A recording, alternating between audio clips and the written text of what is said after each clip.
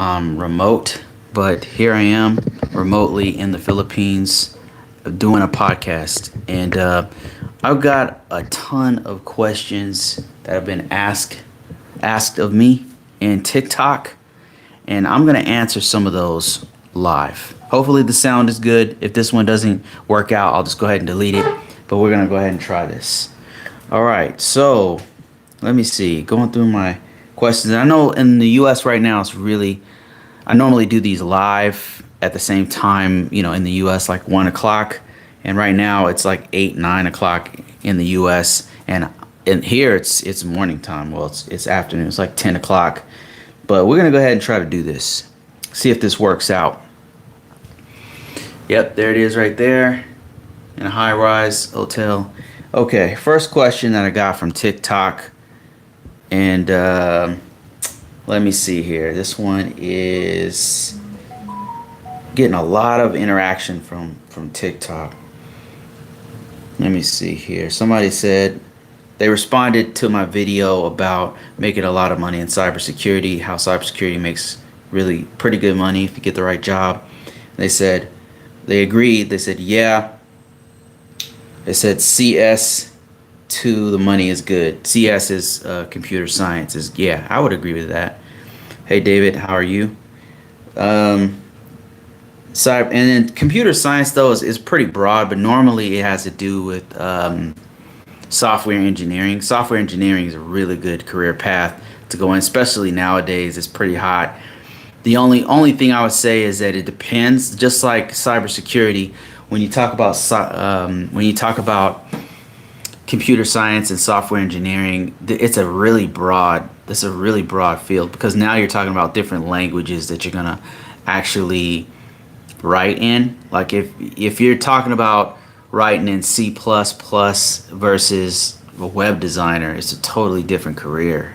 Like it's still software engineering, but it's so different. How do you go from a SOC to a NOC? So where are you right now? Are you in a network operating center? I can only speak from my experience in a SOC. So I worked in a SOC when I was a few years back. NOC life. Could you give me some? Explain to me, like, what do you see in a NOC, in a network operating center? And as you're typing that, let me explain what's in a security operating center in my experience. So security operating center, their focus is on looking at logs. So what I mean by that is they're doing continuous monitoring throughout the whole enterprise with their focus on security incidents. Obviously, not all the logs that you see are security incidents. It's mostly false positives. Mostly people just log in like normal, and the software that you're using, like a SIEM technology, like Splunk or something like that, it's sometimes flagging on normal activity and seeing that as a security incident. So the focus is on actually finding and sorting through security incidents. That's your focus in a security operating center. And that being said, it takes a human to sit there and actually delineate between normal activities that's supposed to be on the network and activity that's not supposed to be on the network. So for that, your skill set is going to be in network packet analysis, incident handling, the process of incident handling and incident response. Like, what do you do if you get like malware on the network, things like that, and who do you contact, how do you isolate it, things like that. Like that whole process you have to know. So number one, knowing that stuff will be something like a GIAC. Now Google this. You go to Google, type in GIAC. It's a SAN certification. GIAC. And it's called incident handling. And they've got several certifications that if you got that, now they're not cheap, but if you got that certification, they're gonna throw these SANs, they're gonna throw these SOC positions at you. So they want you to know network analysis. They want you to know how to do network network forensics, that means like taking a packet, breaking it down with something like a wire sniffer, breaking it down with something like a packet sniffer, and then being able to break that packet down and figure out, okay, has somebody tampered with this packet? Has somebody, like, you want to be able to go that deep with it, and something like a GIAC certification will help out a lot with that. So CEH is another good one. A lot of hackers kind of talk crap about it, but the HR departments know what that is, and that means a lot. So you want to be heavy in being able to break a packet apart and figure out if this is a security incident or not.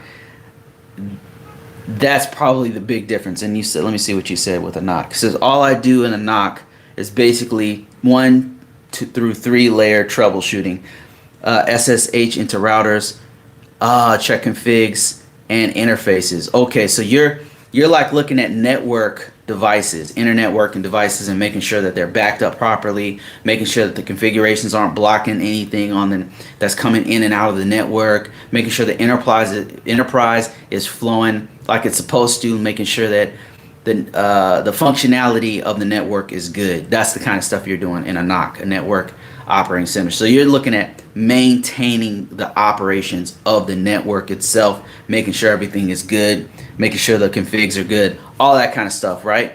So SOC is different. Like, your focus is on security incidents. So security incident, look this up. Incident handling. Incident handling, that's a big one with SOC. When I worked at the SOC, the reason they picked me up was because I had a CISSP. I had experience with network. I had a background in networking.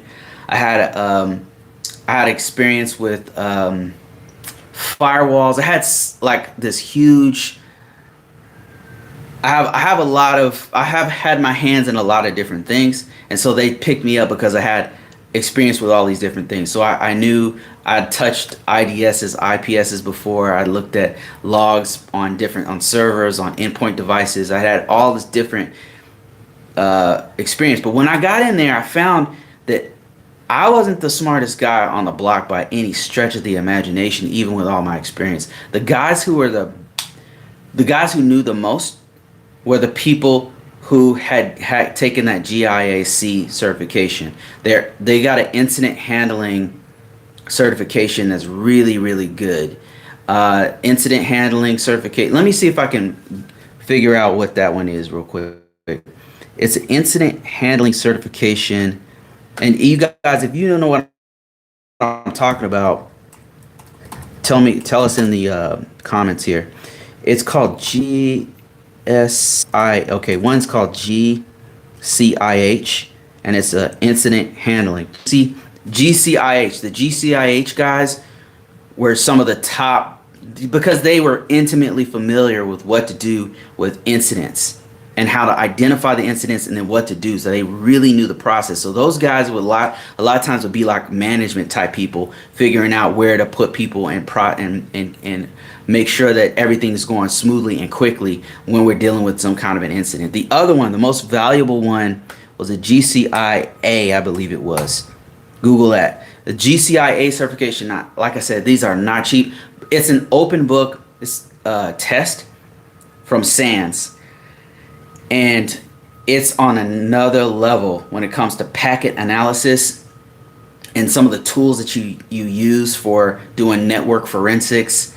It goes really deep into all the layers of the OSI model and all the layers of the TCP/IP stack and things like that. That's how deep you're going with the packet analysis to determine if some advanced persistent threat is getting into the network. That's how deep it goes. But that being said, you don't have to be intimidated by that. The thing you really need to know, like that you can get for free right now that you can research, is incident handling. You have to know incident handling. If you can get a certification in that, not even SANS, any kind of incident handling cert, that will help you. But if you just know the process, like in the interview, because they're going to ask you that, they're going to be like, well, what's your experience with incident handling? right? But if you say, well, I don't have experience with it, but here's what incident handling is, that will help you out a lot. And just your experience dealing with the network is huge. That's a huge piece. You just have to know how to put that into your resume. If you could put that in your resume and put like show how much knowledge you know of networking, huge. If you have a CCNA or any kind of networking certification, that's also huge, because that helped me to get in that position, because I had a CCNA when I went there. So CCNA means I knew, like, even though these guys start speaking another language with network and forensics, I knew what they were talking about, because I had intimate knowledge with the TCP/IP protocols, and I knew what packets were and stuff like that. So how do you go? The question was, how do you go from a NOC position to a SOC position? There's a few things you need to know. Number one, you need to know incident handling. All right. You need to know things. Get intimately familiar with packet analysis. Use things like Wireshark. I would get some sort of security certification under your belt. Doesn't have to be a SANS course, because those are really expensive, but even just a security plus, just to know, they want to know that you know security best practices. Really, really important to know security best practices in a SOC. You're going to a security operating center, so they need to know that you know security, right? So those probably are the main things to start, and as you go deeper into this, you'll start to know that you realize that you need a little bit deeper knowledge of the security side of the house. But the focus is on security, because you're in the security operating center. So I hope that answers I hope that helps you out a little bit. Let me see. Somebody said, Brandon says, hi Bruce, I just started my very first job in the ISSO. Oh man, congratulations on that. It's a great path. I've been doing it for years. He said, I just completed my categorization, but I don't seem to know how to tailor out the controls in step 2. Please help. Okay, I can really help with this. Number one, let me pay some bills real quick. If you are in the same position, you're a new ISSO, you want to know what's going on, you want to know how the gotchas, how to dodge all the problems that I had in the beginning, all the mistakes I made, go to Convocourses.com, look for a course called Risk Management Framework for ISSOs, Information System Security Officers Foundations. That course focuses intimately on what you do as an ISSO, going through all of the 7 steps of the risk management framework process, from preparation to all the way to continuous monitoring. And it's all from the perspective of an ISSO, and it's not nebulous. You know how you read these special publications, you read the FIPS, and it sounds like it's written for a PhD, like somebody's trying to go for a PhD or something. They're a master's degree trying to go to a so it's a lot of like nebulous philosophies about security. I don't speak like that. So I tell you in plain English what to do, how this works in layman's terms, from the perspective of an information system security officer. Go ahead and check it out. It's on Convocourses.com. Go look for the ISSO Foundations course, and that's exactly what I go deep into it, including downloadables and things. Okay, so let me answer this question. You said, how do you tailor the controls in step 2? So if you guys don't know what Brandon is talking about, he's talking about the risk management framework for the NIST 800. So it breaks it down into 7 different steps. The first 2 steps, the first step is preparation. Some people say it's step 0, because you're just getting ready. You're getting the organization ready, contacting people you need to contact for the whole process, because it's very expensive, it's very time consuming, and it involves everyone in the organization who's involved with that particular system. Okay, that's number 1. Step 0 is preparation. Step 2 is categorization. What does that mean? That means security categorization. What level of impact does my information on my system have to the rest of the organization? That's the focus. In other words, if this system went down, would it hurt our organization? Would people lose their life? Would the organization lose millions of dollars? Would the country lose credibility? What is the impact of the system? Think of it like this. If you had a web system, a web server that's just serving out public information, of course you need to protect it, right? Because somebody could hack it, change information on it. But if it went down, is it gonna really hurt anybody? Is it gonna no? It'll be embarrassing. But what do? You're just gonna reboot the system, put another system out there. You're good to go. Make sure that nobody gets back in there. Make sure there's no denial of service attack or whatever. Fix it, get it up, and everything's good, right? As opposed to a system, let's say, that is tracking troop movements in a combat zone, right? If this system got compromised, people can literally die. So we're talking about impact levels when you're talking about security categorization. What is the impact level of the system? So that's the next step in the risk management framework process. Now what Brandon's talking about is the next step, which is selection of security controls. Selection of the security controls is based completely, well, in part, it's foundational. It's founded on the security categorization, meaning once you figure out whether you have a low impact system like the web server I just talked about, or the troop movement system, a high impact system, like if that system went down, people might die. That tells you what controls to choose from in the NIST 853 group of controls, right? That's step one. Now when you're tailoring those out to get to your question, Brandon, there's a couple things. Number one is the environment. The environment is going to be very different from, for example, I was working at Verizon and doing security. They have a cybersecurity risk program, and we had some clients, without telling anything about any clients I worked with, obviously, but we had some clients who had wireless, and some clients who didn't have wireless, but they had remote access, and then some clients that didn't have any one of those things. Each of those have a different environment, so the controls are going to be tailored differently. For the example, and with somebody with wireless, obviously we'd have to tailor in the wireless controls, which would be AC. I don't know if it's AC 17. I can't remember which one it is. But the AC controls that are dealing with wireless, those would pertain to that system, right? But obviously, if you had a system that didn't have the wireless in there, that's out. So that's number one, is in the environment of the system. What kinds of things are in the environment? Do you have multiple sites? If you have multiple sites, some of the controls that you might have to use would be things like disaster recovery. Do you have an alternate site? You might have to have one, because if you have a system that's in, say, California on the fault line and you have an earthquake, like here, I'm in the Philippines right now. They had a 7.3 earthquake in Manila. If you had a system that was in right on the fault line of the 7.3 and it took out that building, boom, we have to have an alternate site. So those controls would apply to that, as opposed to a system that didn't have any of those things. It didn't have, it wasn't in a disaster zone. There's not going to be any cataclysmic events or anything. They might not have to have alternate sites. So environment is an important one. So number one, we talked about categorization, right? That's key, because we need to know what level the system is. Number two, environment. Another thing is technology, and a lot of people don't talk about this one, but the technology used is important. And a specific example of this, the solution would be, a technology solution would be whether the organization is using multi-factor authentication versus username password. Two different things. But if you have multi-factor authentication with, say, biometrics involved, you have different controls that have to be implemented, different enhancements of controls. So it's number one, the tailoring the controls, knowing which controls to use, of course, is security categorization, which you already know, Brandon. The other one would be environment. Where is the system located? Are there any kind of flood zones, or is there anything that we should know?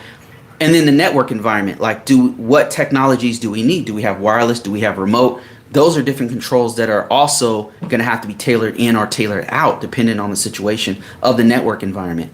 Then the other thing is the solutions that are necessary for that particular system. Because if you had a system that had, say, multi-factor authentication with biometrics, there's going to be controls that you need that you wouldn't necessarily need if you didn't have biometrics. So those are three things off the top of my head that you would use to tailor in the controls or tailor out the controls. Another thing, Brandon, that I don't see talked about a lot is if you had specialized systems, like for example, if you had a healthcare system that had you had healthcare tools, like you had specialized equipment that's used for healthcare, And HIPAA is very important because it's collecting, say, X-rays. Like X-rays are very, that's very personal to that person. So HIPAA's laws are going to be applied. So you might have to tailor in some controls. Tailoring means is a fancy word for bring in some or take out. Think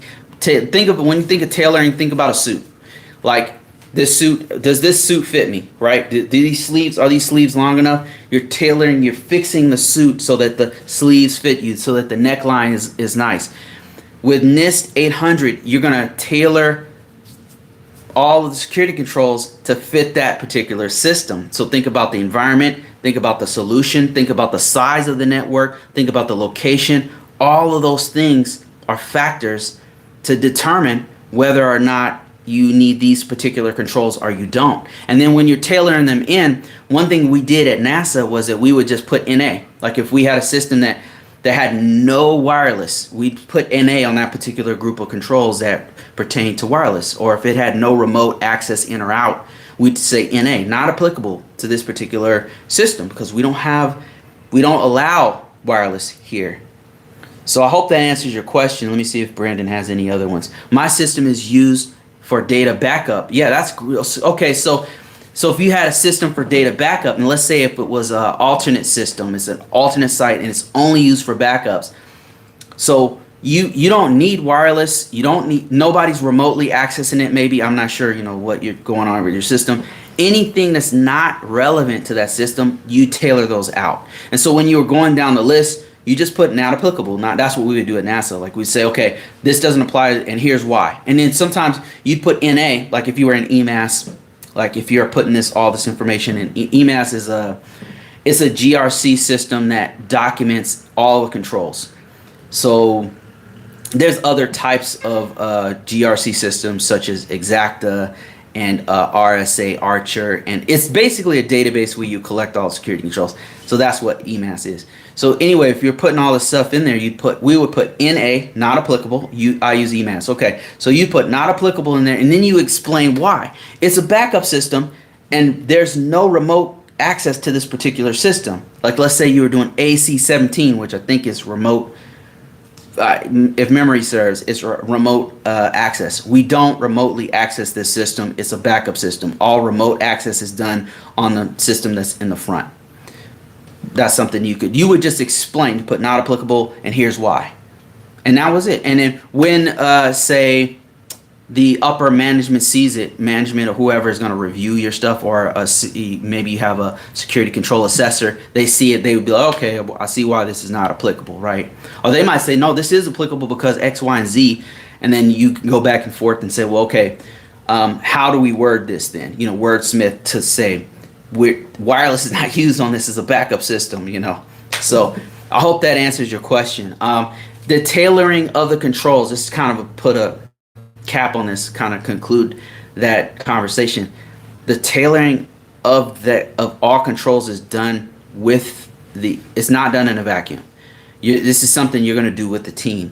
You as the cybersecurity person would say, here's why I made this not applicable. And here's an explanation. And then you would present that to the team, and then the organization is going to decide whether it's not applicable or not. Ultimately, they're the ones and if they say, well, it is applicable, then they should probably try to explain that. Like, okay, could you explain why? What do we put in this? What do we put in this this statement here? What is it called? Implementation statement. What do we put here? I'll go to that to get that course. Yeah, get the course. And Brandon, here's another thing, man. If you have any questions whatsoever, as you're going through the course, any kind of extra specifically like dealing with your system, hit me up, man. My contact information is contact@convocourses.com. Normally, if it's basic questions, and I'm not coming in to do consulting on your particular system, I'll answer any questions that you have. Sometimes I'll do a specific video. If it's something that everybody needs, I'll do a video, an additional video to the course, or just for you even. So thanks for that question, Brandon. I really appreciate that. Let me see here. Some people got some other questions here. AO said, working on the A+, Security Plus, CCNA, and a Red Hat certified system administrator.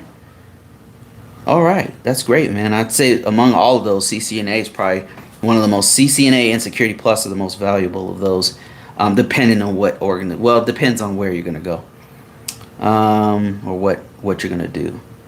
GCIA, I'm gonna have my hands full. Out of all these AO, like which one are you focused on? Which certification out of A plus, Security Plus, CCNA, Red Hat certification, and GIAC? Which one are you kind of really focused on? Because you should probably focus on one at a time. In my opinion, with certifications, the only thing I would say is make sure that it's pertaining to whatever role you're going to do. Like if you're going to be a Red Hat administrator, the Red Hat one's probably going to be the most important one, as opposed to if you're going to go into SOC, if you're going to go into a security operations center, you're going to want to know incident handling inside and out. So the GIAC one will probably be the best one for you. One of the GIAC SAN certifications, such as incident handling, GCIH, or the GCIA would be better for a SOC analyst role, as opposed to doing something like what I'm doing. Out of the ones you just mentioned, the Security Plus would be the best one. If you were a network engineer, the CCNA wouldn't. So whatever role you're focusing, whatever career path you're doing, is gonna be where you want to focus your time for your certification. Just put my 2 cents in there. Joseph says, dude, first of all, thank you for your vids. Helps give me some insight into the risk management framework, ISSO stuff, and just got tricked into being an ISSO as currently the jack of all trade. That's how it works, Joseph. You're in good company, because that's the same thing that happened to me. I got tricked into it. I was in the Air Force when this happened. I was active duty, and I was all excited. I was like, oh man, I'm gonna be a Unix administrator. I'm gonna be like Bill Gates. I'm gonna invent some shit. I had all these aspirations of what I was gonna do and my talent and stuff. And then what do? They stuck me in certification and accreditation in a cube with no windows on a skiff on a classified network where I couldn't interact with anybody, and I'm sitting there reading policies. I'm like, what the hell is this? What this isn't Bill Gates. This isn't Microsoft. This isn't Linux. This isn't inventing new things. I was mad. I was upset. And I'm just reading through policies, and it was torture. It was like I was being tortured to death with boredom. And I'm like researching regulations that are 20 years old, and I'm like, it was torture, man. It wasn't fun. But what I found is I was good at it because I have a long patience. If you have good patience for this job, Joseph, speaking directly to you, sir, this job takes a lot of patience. The rewards in the end are great. Let me just explain to you the rewards. Right now, I'm in another country. Let me see if I can flip this camera around. This right here is a result of me being an information system security officer for many, many years and having a lot of patience. What do I mean by that? I'm able to travel the world, and in a few days, I'm going to another country. I'm going to Bali. I can travel because I've been a cybersecurity person for so long that I was able to save enough money and create businesses and stuff around what I do. Like, this is all what I'm doing here is all part of a business I created. It's a side income. It's a side hustle. It doesn't make a lot of money, but it's enough to where I can actually, the income streams are enough to where I can live off of this. And what I'm saying is, I'm not telling you to, go start a course, go do this or that. No, you can do real estate, man. Like the money that I used from doing this stuff, from all those times that I was locked away in a closet reading regulations and having patience with difficult customers, because you're gonna have to deal with that too. It allowed me to reinvest my money to have more time in my life and to travel and to be around people that I love. That's what this whole thing's about. It's not really about that's what I learned. When I was younger, I was like, oh, Bill Gates. Because I looked up to, all these geeks and stuff, and I wanted to be like them. But what I realized is, man, that shit doesn't matter, man. What really matters is time, not money. What really matters is time, your time. If you put the time in now and sacrifice for your kids, your family, or whatever, your significant other, whatever the case may be, yourself.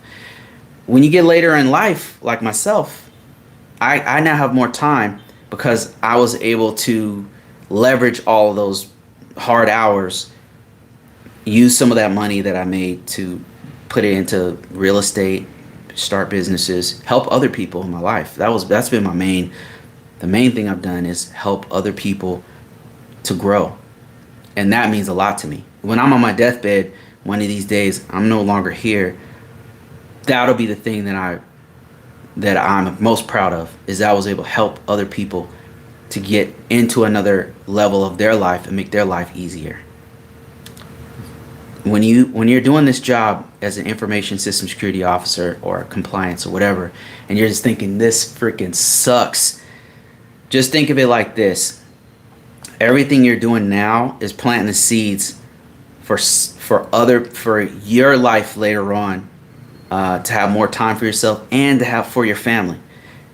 I'm get offered all these high paying positions, and what I do with that money is I invest it for other people to have a better life. My life is good, man. I'm gonna be good for the.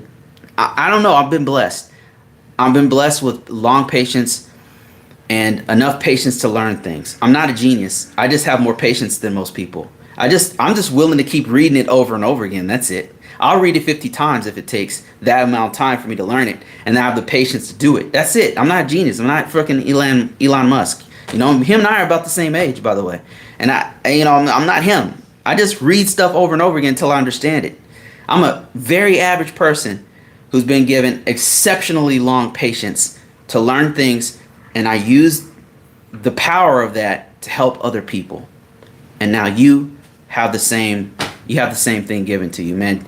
Appreciate it. I mean, it took me a long time to appreciate this, but now I appreciate it. And Joseph says, knowing all what it entails, it gives me a super underpaid. I feel super underpaid. And Joseph, here's the thing. What you want to do right now is gather the experience, because the experience that you're getting right now is extremely valuable. Build it up. If you keep that job for about 6 months, when you put that shit on your resume, it's going to change your life. It will change your life. The experience you're gaining, you're going to be giving crazy offers because nobody wants to do this. Nobody knows about it. Nobody wants to do it. And now you're doing it. And you're going to put 6 months of your time into this. And by the time you're done, in 6 months, that's more time. Obviously, that's more experience you're going to get. Make sure you put that shit on your resume, by the way. A lot of times people make the mistake of not putting cybersecurity on their resume, but you are in a position where you have to know the families of controls in the NIST 800, to where all that's the exact stuff they want to see on your resume, by the way. The families of controls, think about it. AC controls is access control. Access control is basic cybersecurity. All this stuff is security best practices that people do not put on their resume. And then they wonder, why can't I get into cybersecurity? I'm in IT. I've been doing this for 20 years. Why? Because it's not on their damn resume. You're in a position where you're literally doing all the security best practices for large organizations, and they are trusting you with helping to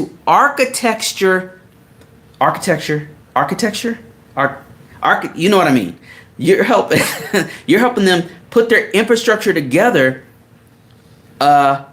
with security in mind. That is what you're doing. So right now you may be being underpaid, but the experience that you're going to get is very valuable, and it'll get you very quickly to 6 figures, very quickly. And along the way, I would recommend that you get a professional level certification. Not easy to get, but it's worth your time. A CISSP is what I highly recommend. Top of the food chain. Another one would be the CASP. That's another professional level certification. Another one, if you don't want to get those ones, another one would be the CISA. Another one would be the CRISC from ISSO. Another one would be ISC2 CAP. I hope you're writing this stuff down or rewind it, whatever you got to do. But all these certifications are going to help you to get money. Whenever you're sitting there in that underpaid position, put that stuff on your resume. Every line of experience that you have pertaining to this in this role is very, very valuable, and they're going to pay you a lot of money to do it. And especially if you have a security clearance, by the way. Brandon says, please hire me to work with you. I'm dead serious. You know, Brandon, if I ever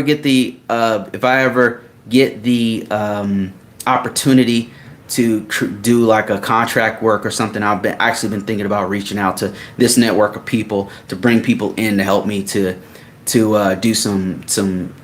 It's something I've been thinking about, so don't get your hopes up. Like, I might have the opportunity. You never know. Like, I've been getting some crazy offers and stuff, so you never know. Joseph says, that's definitely my goal, a goal of mine, for sure. Appreciate the positivity. Good vibes and positivity goes a long way. Thanks a bunch. You're welcome. Yep, been studying for the CISSP, failed it a couple years back, but I'm back on the horse, man. Don't stop. It's worth it, man. That CISSP combination of CISSP and a combination of the CISSP and knowing information system security officer stuff has changed my life significantly. I'm not without a job. The only like right now I'm in between jobs. Now let me just share with you this. Right now I do not have a job. I'm in another country. And I'm able to do this because over time I was able to create a bunch of other business, other revenue streams, doing all kinds of completely unrelated businesses that I do on the side. By the way, a lot of the security guys that I know do the same thing. They all have these side hustles. I don't know what it makes us do this. I don't know why 90% of the people who I talk to have some sort of side hustle. I'm not sure why that's so, because I don't see that with IT people. I don't see regular IT people typically doing this. But every time I talk to another cybersecurity person, they always have some kind of side hustle. And it's not like they're broke. I don't know what drives us to be like this. I'm not sure. But I know a dude who is making 5 figures on the side here and there doing NFTs. Almost all of them are into cryptocurrency. Some of them are doing real estate on the side, have side businesses. They all make 6 figures. So I don't know like what is happening. I'm not sure like why we have this independent spirit. I'm not sure what's going on with it, but I've had it from the beginning, and I can only speak for myself. The reason why I do is because I don't trust companies. Companies are not what they used to be, and I'm not trying to be negative or anything, but they don't have your back. They don't care about your family. I'm jaded. You got to take care of yourself. So that's what I learned. And so you got to take care of it. You got to do for you and your family. And you can't. The other day I saw a TikTok video with this girl. This woman was crying because she got let go by Salesforce or something. I don't know. It was a good company. And they were doing these massive layoffs. I don't know if it was Zoom or Sales. It's one of these really good companies. And they did this massive layoff and she's crying. And I wanted to just laugh because it had happened to me, something like that. I didn't cry about it, but she had put so much of her hopes and dreams in this company. And I wanted to laugh because I knew like her dreams were dashed. You know, it's like, what were you thinking? I was that person. Like, I thought that once I got out of the military, I was going to make all this money and go to this company. Companies don't care about you. Nobody cares about you except for you. Nobody cares about you more than you care about yourself. Take the time to invest in your own future and don't put your eggs in one basket. That's great if you have a 401k, especially if they do 401k matching, something like that, or you want to do stocks or something like that. Listen, have a side hustle, because maybe it was because of I've been through so many hard times that forced me to think differently. I just don't, I'm not 100% invested in the corporate world, the corporate life. I don't think that they care about us. I don't think they're obligated to care about. They don't have to care about you. It's a private organization in some cases. The public, and then the government ones, I mean, they're more stable, I would say, but there's nothing to stop them from laying you off too. So have a side hustle, you know, like if you can. Take care of yourself. Don't expect anyone to give you anything because they're not obligated to. They don't have to. Like, look at this world, man. You got lions eating cubs. You think that that's different from nature, man? Nature is hardcore. And it doesn't change because, what, we made it human civilization? I'll get off my soapbox here. Just take care of yourself. That's all I'm trying to say. Let me see. Some of us are working 2 IT jobs also. Yeah, I understand that, Kamar. I did that at one point. I will never do that again. 2 IT jobs, unless they were like both part-time or something. That was really hard. Axiom says, yeah, I think of myself as a business contractor by another business, even though I'm on a W-2. No one is going to take care of your career like you will. That's exactly my mentality with the Axiom. Nobody's obligated to help you. Nobody's obligated to come. Nobody's going to come to the rescue. I'm not waiting for some political party to come in power and help to do anything. I'm not thinking that there's going to be a revolution of the nation to help. I just don't. I'm realistic about what's happening in the course that we're going as a species. I'm not talking about all this political stuff or whatever. That's irrelevant. What I'm saying is that ultimately there's one thing that's gotten me from here to there, and that's taking care of myself. Taking care of myself and and not expecting anything from anyone, from any government organization, from any individuals, from family, from friends.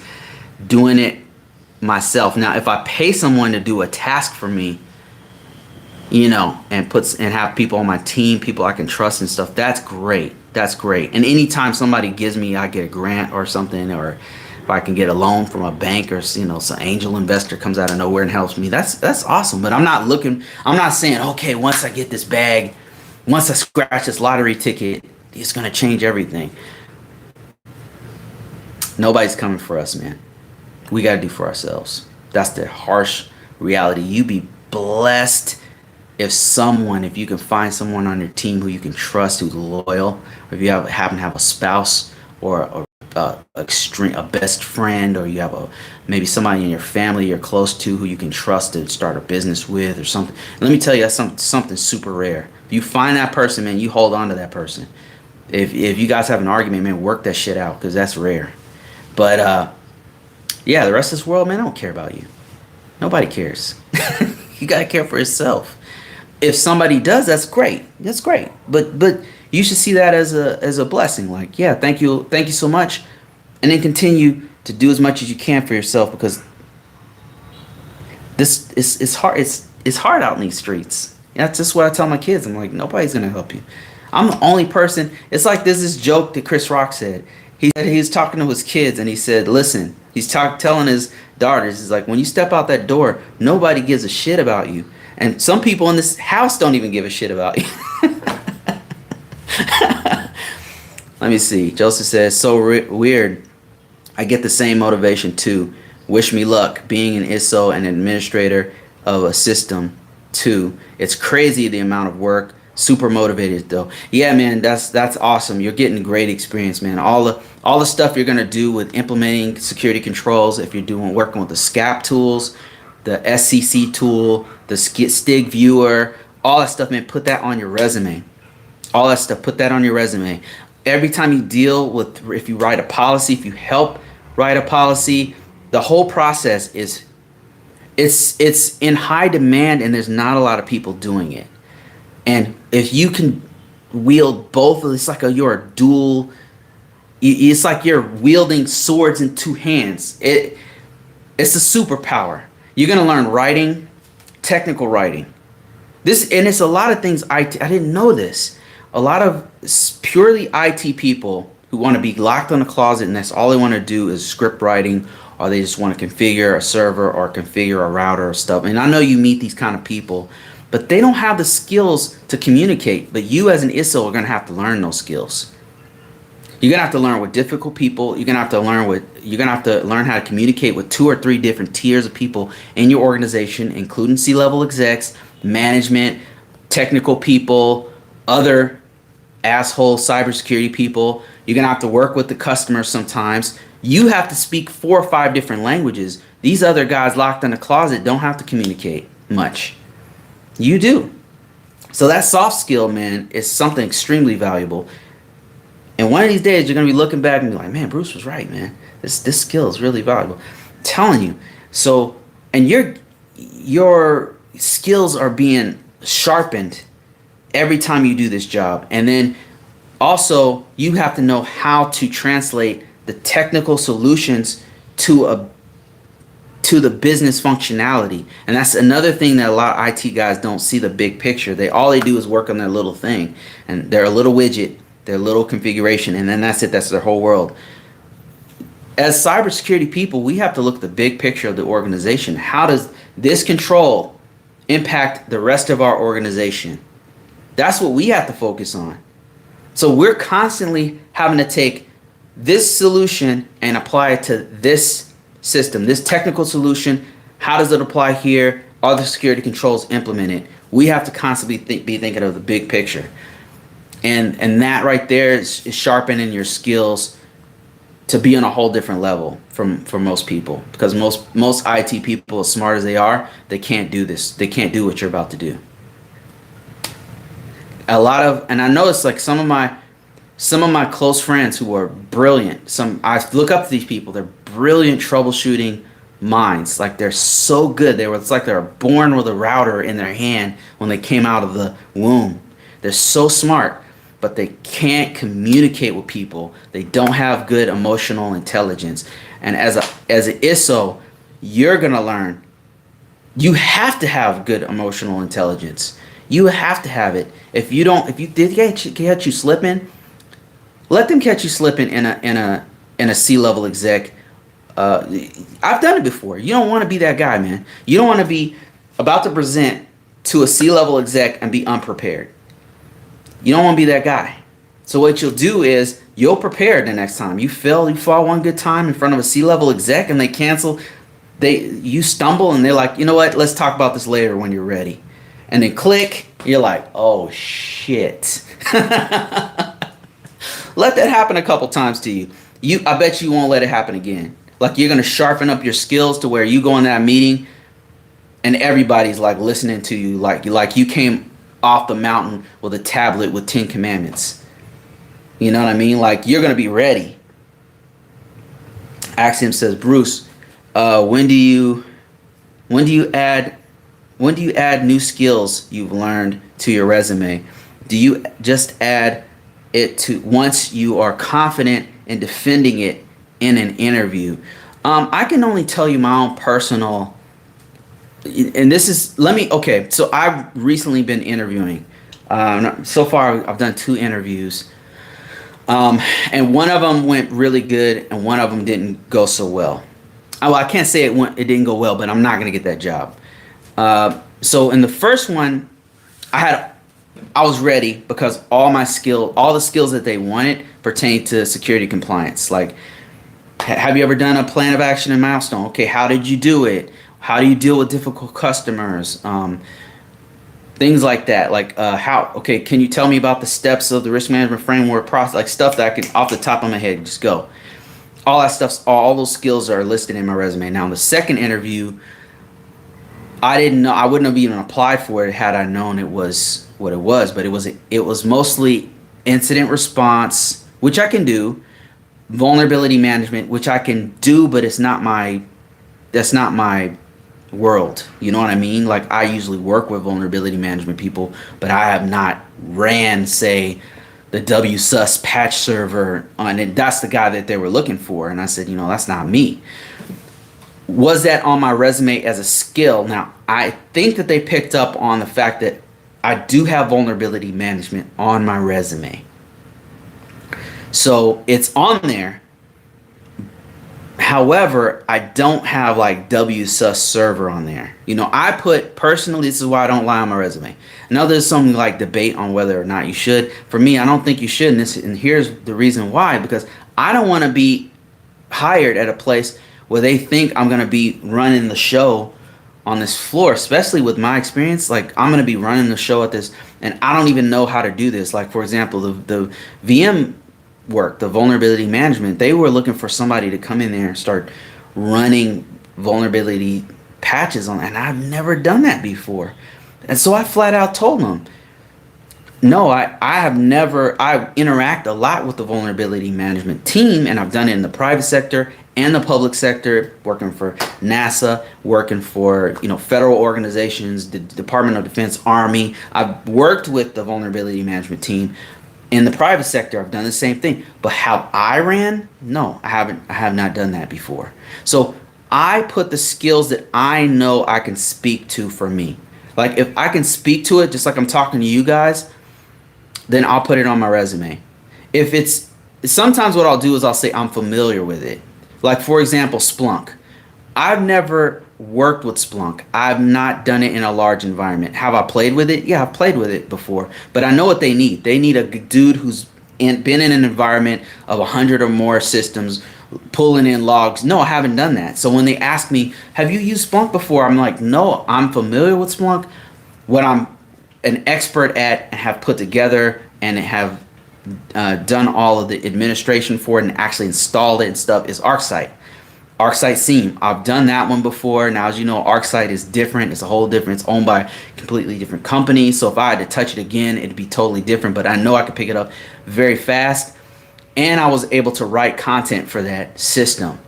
Could I do it for Splunk? I'm sure I would, but it would take me time. That's what I do. I just say, look, I'm familiar with SIEM technology, right? And then if they ask me, well, do you know Splunk?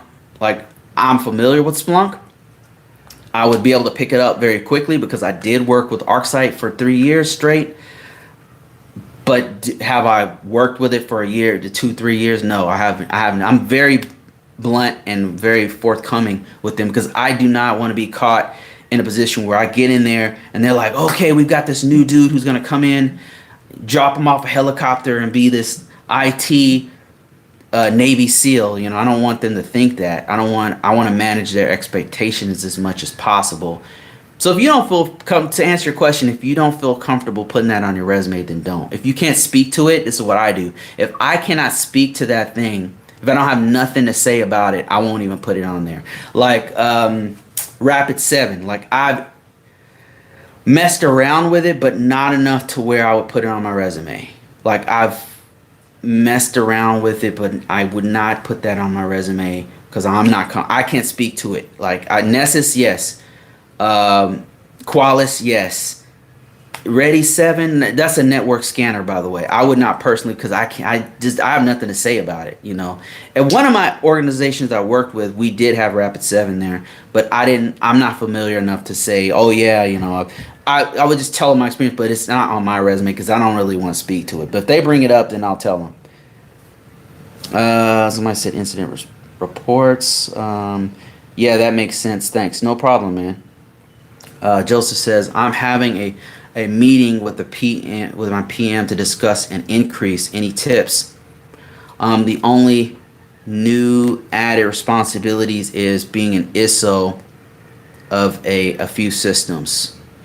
The way I figure it, Joseph, is going in with the mindset of if they put you in this position, they really need somebody in the ISSO position. Going with the mindset that it's not going to kill you to ask. It's not going to kill you to ask, right? I mean, the worst thing that they can say is no. But keep this in mind, Joseph. They say no, and in 6 months' time, when you've got some solid risk management framework under your belt, if you choose to, you can put your resume out there, and I guarantee you, it's going to be a whole different story. Because somebody else is going to offer you more money. Now, if this organization has the brains to say, you know what, we just gave Joseph this other hat, we better give him a little bit more money because he might leave, right? And we know ISSO's tough work. My advice to you is, number one, do it. Ask. Number two, some of the things that you can say is that, and this is true, you could say, boss, like, this job that you guys put me in, thank you for the opportunity. I really appreciate it, but it's a lot more stressful than what I was doing before. And as you know, I'm dual hatted. I'm doing this. I'm working with the system security implementation, but I'm also doing the actual risk management compliance, which includes things like working with doing way more meetings. Essentially, my work load has doubled or tripled or whatever the case may be. That's why I feel like I should get a raise for this. And if you guys don't want to, I understand. But you got to understand, this is a lot more stressful on me, and this is wasn't what I originally signed up for. But I'd be happy to continue this work if you guys were to give me a little something to think about. That's kind of the wording you could say, something like that, just to tell them, like, number one, my workload has increased. This is a way more stressful job than what I was doing before. That right there should be enough. If they don't do it, Joseph, you have many other alternatives. Because in a few months' time, when you're able to put that stuff on your resume, you put that stuff on Indeed, on LinkedIn, you're going to get offers for more money. And it will behoove them to take care of you now, so that when you get offered more money, you won't leave, because you'll be like, yeah, that's a little bit more money, but these guys try to take care of me. As opposed to saying, they gave me double the work and are paying me the same amount, and now these guys are offering me X% more. I'm leaving. So yeah, do it. Number one, bring up that they doubled your workload and it's more stressful to do information system security officer work. It is, because it is. It's more stressful, Joseph. If you just started this, it's more stressful because you get used to the stress, the level, but it's definitely, you deserve a raise for this, for sure. Thanks for the encouragement. Yeah, no problem, man. No problem. I've been in that position before. As a matter of fact, when I first got into IT, that's what happened. They pushed me into the information system security role, and yeah, I mean, long story short, now I'm traveling the world. Here I am in beautiful Cebu, Philippines, and I'm going to Bali soon. I'll try to do a live from Bali too. The internet's kind of an issue sometimes, so that's why I just do this every now and then to take a break, because cybersecurity is just very stressful. Right now I'm in between jobs. If you guys are interested in traveling the world, if you guys are interested in having a remote position, because truthfully, I've been remote for the last 6 years. I've been traveling every now and then. I'll just go to another country. I'll go to another state, do a staycation, and work from that other state, work from Las Vegas. Go to Las Vegas, work during the day on a Monday, that evening go out to the casinos. You know what I mean? Like, that's the kind of stuff. If you're interested in that, go to convocourses.com and look for finding remote work, and that will help you to figure out. Basically, I'm telling you what I did to find remote course. There's no secret to it. What I did was I made a course based off of how I was able to find remote positions and how I positioned myself to do it. If you're interested in that, go ahead and check out Convocourses. Another thing, one of my best courses, in my personal opinion, is the one where I talk about marketing yourself. It's a lot of what I talk about on my website, how to market yourself, how to promote yourself, and stuff like that. I'm gonna be adding more stuff to that, because I just learned a whole bunch of new stuff about how to promote yourself, how to put more stuff on your resume, how to tweak it to where people are coming to you. This to the point where I don't really have to look for a job. Jobs look for me. People contacting me constantly. And what takes me a long time to get a job is because I'm just picky. Because I want a certain amount of money, and I want a certain amount of remoteness, I should say. Let me see. Kamar Brown says, so you don't use Wireshark or Splunk? Yeah, I've used Wireshark in the past. Right now, with my current positions that I've had, the last job I was at Verizon. as a cybersecurity risk consultant, and our main job was we run scan. Basically I was a security control assessor. Um, we did use Nmap to scan. We used things like tools like Qualys and things like Nessus, and we had to be very familiar with Wireshark. We have to be familiar with security tools. We have to be familiar with firewalls and some cloud technology. But was I running Wireshark? Not at that position. The last time I actually used Wireshark or something like Splunk, I used ArcSight, was when I was in a cybersecurity analyst position where they have to break apart a packet, or like they have to look inside of a packet, of an IP packet, and figure out if it's been tampered with or whatever. So yeah, I mean, I hope that answers your question. Stuff I use regularly would probably be like on my own would be VMware. I use that from time to time. I'll mess around with different technologies on VMware just to screw around with it. Nmap is something that you need to know, like the basics of Nmap. I'd say as a cybersecurity person, that doesn't go away. It helps to know command line, depending on how deep you are technically. There's been an argument on Twitter, I think it was, saying, "Oh, every cybersecurity person has to know coding." I wouldn't say that. I mean, not every cybersecurity person is super technical. So, like hands-on technical, I should say. So I would disagree with that, unless your argument is that an information system security person is not a cybersecurity person, which I would personally disagree with. If you're saying, because some people say, well, a compliance person is not a cybersecurity person, and a cybersecurity person is not a compliance person, is not an information security officer person. I don't agree with that. I think that cybersecurity is a huge umbrella, and you have all of these branches underneath. And not only do you need to know different levels of technical know-how, but also you have to know different skill sets. Like there's some people who are network security people who are very deep on all things networking. They might know voice over IP security features. They might know video over IP security features on, I don't know, Palo Alto technologies opposed to Juniper. And I wouldn't know any of that stuff. I'm not a network security person. I used to do that in the past, but even if I did, I don't even go that deep in it. And then there's other people on the whole other side of the spectrum who do forensics. And those dudes have to be smart on forensics tools and some of the laws associated with forensics practices, because there's laws that control that whole stuff. All of those things are under cybersecurity, the umbrella of cybersecurity. So do you need to know Wireshark? Not necessarily, because you might not ever touch that stuff. You might be on a whole different spectrum of this cybersecurity umbrella. So just my 2 cents about it. Have you worked with xacta? No, but I know what xacta is, Sterling. So xacta, for those of you guys who don't know, it's a GRC tool. GRC stands for governance, compliance, and risk, and it's like a database that collects.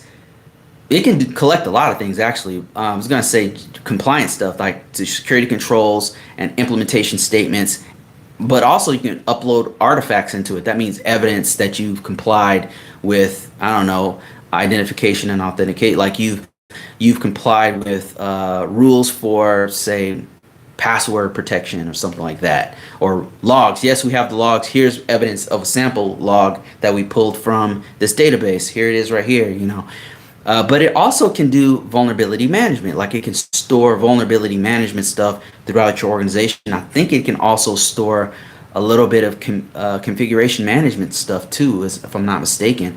That's xacta, but I personally have not used xacta. I've used a little bit of emass, a lot of homegrown stuff, The Air Force used to have their own homegrown GRC tool. The one I'm most familiar with, that I have the most experience with, is Archer. RSA Archer is the one I'm probably most familiar with, but an emass. But Xacta is a great tool, though. I mean, I've seen it in working. Like, once you've seen one, they're pretty much the same. JP says selection of controls are based off of two main factors: the impact categorization and the risk assessment. I wouldn't disagree with that, because the risk assessment is going to tell you things like the environment, what is in your environment. And then it's going to tell you what technologies are there. So, so the selection of security controls is where you are. It's a part of the process where you are tailoring the controls to fit that particular that particular system's architecture, because all systems are not made equal. Every system is different, right? So you can't just have a one size fits all for control sets. So if you have a high level system, it's going to be very different from a low level system. Like, this low level system is going to have different controls than this high level system. And what JP is saying is that you're going to look at what is the categorization of the controls. Was the categorization, like, is it high or low? And then also, once you do the risk assessment, you might discover, oh, damn, we have wireless here. Or that wouldn't be something you would discover with a risk. Well, no, your risk assessment. The risk assessment is going to tell you not just what you scanned. I mean, it's going to be when you walked around, you saw, okay, we have wireless here. Where do we have it at this site? Where do we have it at this site? What's the physical security look like? Do we need this kind of physical? So we need fences here because it's close to this other organization, or whatever. So yeah, I totally agree with that, JP. Great point.